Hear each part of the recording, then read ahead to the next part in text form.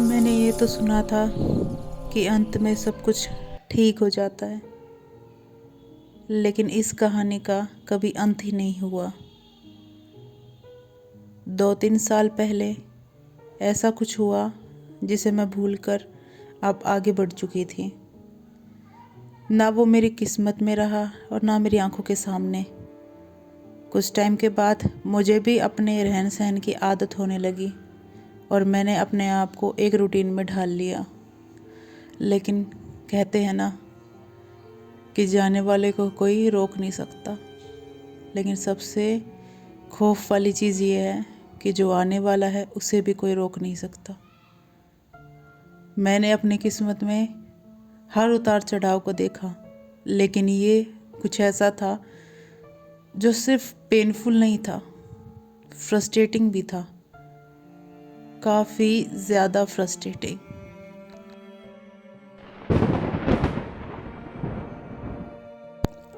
परसों रात मैंने उस शख्स को देखा जिसे मैं 3 साल के बाद देख रही थी। वो शख्स और कोई नहीं, मेरा एक बहुत अच्छा दोस्त था। ऐसा दोस्त जिसे मैं अपने हर सुख दुख की बातें शेयर करती थी। ये डरावना कम और पेनफुल ज़्यादा है, शेयर करने के लिए भी और समझने के लिए भी। ऐसा लगता है जैसे कल की बात हो कि मैंने उसकी आखिरी बार आवाज़ सुनी हो, जिसमें वो उसकी दर्द से कराहने की आवाज़ें मुझे सुनाई दी। और ये सब भूल पाना मेरे लिए उतना ही मुश्किल है जितना अपनी ज़िंदगी के एक तूफ़ान को भूलने जैसा। 21 दिन तक मैं इस चीज़ से निकल तक नहीं पाई कि उसकी मौत हो चुकी है। 2021 के बाद जब मानो सब कुछ बदल गया हो, मैं सोचने में मजबूर थी कि अब मैं अपने दिल की बातें किसको बोलूं, कौन सुनना चाहेगा, क्योंकि किसी को वक्त नहीं होता। कोई एक ऐसा इंसान होता है जिसे हम अपने दिल की बातें बता सकते हैं, और उसको खोने का दर्द सिर्फ वही समझ सकता है जिसके साथ हम सारी ज़िंदगी रहें और वो हमारे साथ ना रहें। काफ़ी अर्ज़े के बाद उसका दिखना मेरे लिए काफ़ी खुशी वाला वक्त था, लेकिन जब उसे सपने में देखा कि वो काफ़ी गुस्सा है मुझसे, मुझे उतनी तकलीफ़ हुई, क्योंकि आज तक मैं ये नहीं समझ पाई कि उसकी मौत की वजह क्या थी। बस एक फ़ोन कॉल और मुझे समझ आ गया कि अब मैं अपने सबसे प्यारे दोस्त को खो चुकी हूँ। मुझे वो इससे पहले एक बार दिखा था जिसमें उसने मुझे कहा था कि तुम मेरी चिंता मत करो, मुझे एक नौकरी मिल गई है और मालिक काफ़ी स्ट्रिक्ट है और मेरी सुबह 4 बजे फ़्लाइट है और मुझे निकलना है। ये सुन के मुझे हैरानी हुई कि इसकी तो डेथ हो चुकी है।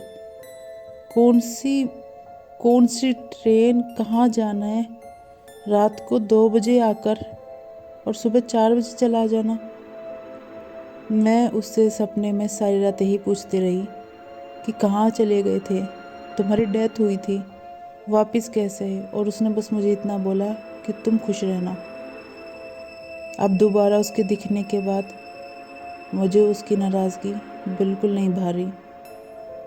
ऐसा लग रहा है जैसे उसको खोने के बाद भी वो मेरे ही साथ है।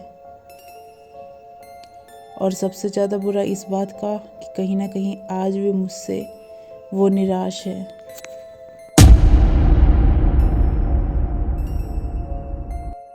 परसों रात 2:30 बजे के वक्त मेरी आंखें खुली और मैंने देखा कि हवा काफ़ी तेज़ चल रही है, कमरे की लाइट जा चुकी है, कैलेंडर काफ़ी ज़ोर से आवाज़ कर रहा है। काफ़ी घबराहट होने लगी है सब देख के, और मैंने उसको अपने से मुंह फेरे बैठे हुए देखा। पहली बार तो मैं उसे पहचान भी नहीं पाई, पर जब उसका फेस देखा तो मैं थोड़ी देर के लिए चुप हो गई और आंधी के शोर में मुझे उसके ज़ोर ज़ोर से चिल्लाने की आवाज़ें आने लगी। मेरा पूरा घर जैसे बुरी तरह से चीख रहा हो मुझ पे।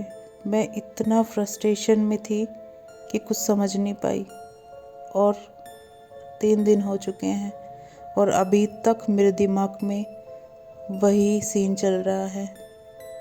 मैं उस दिन उठ तो गई, लेकिन तब से बस वही सोचे जा रही हूँ, क्योंकि 3 साल के बाद उसने दोबारा आके मुझे याद दिला दिया कि वो अभी भी है।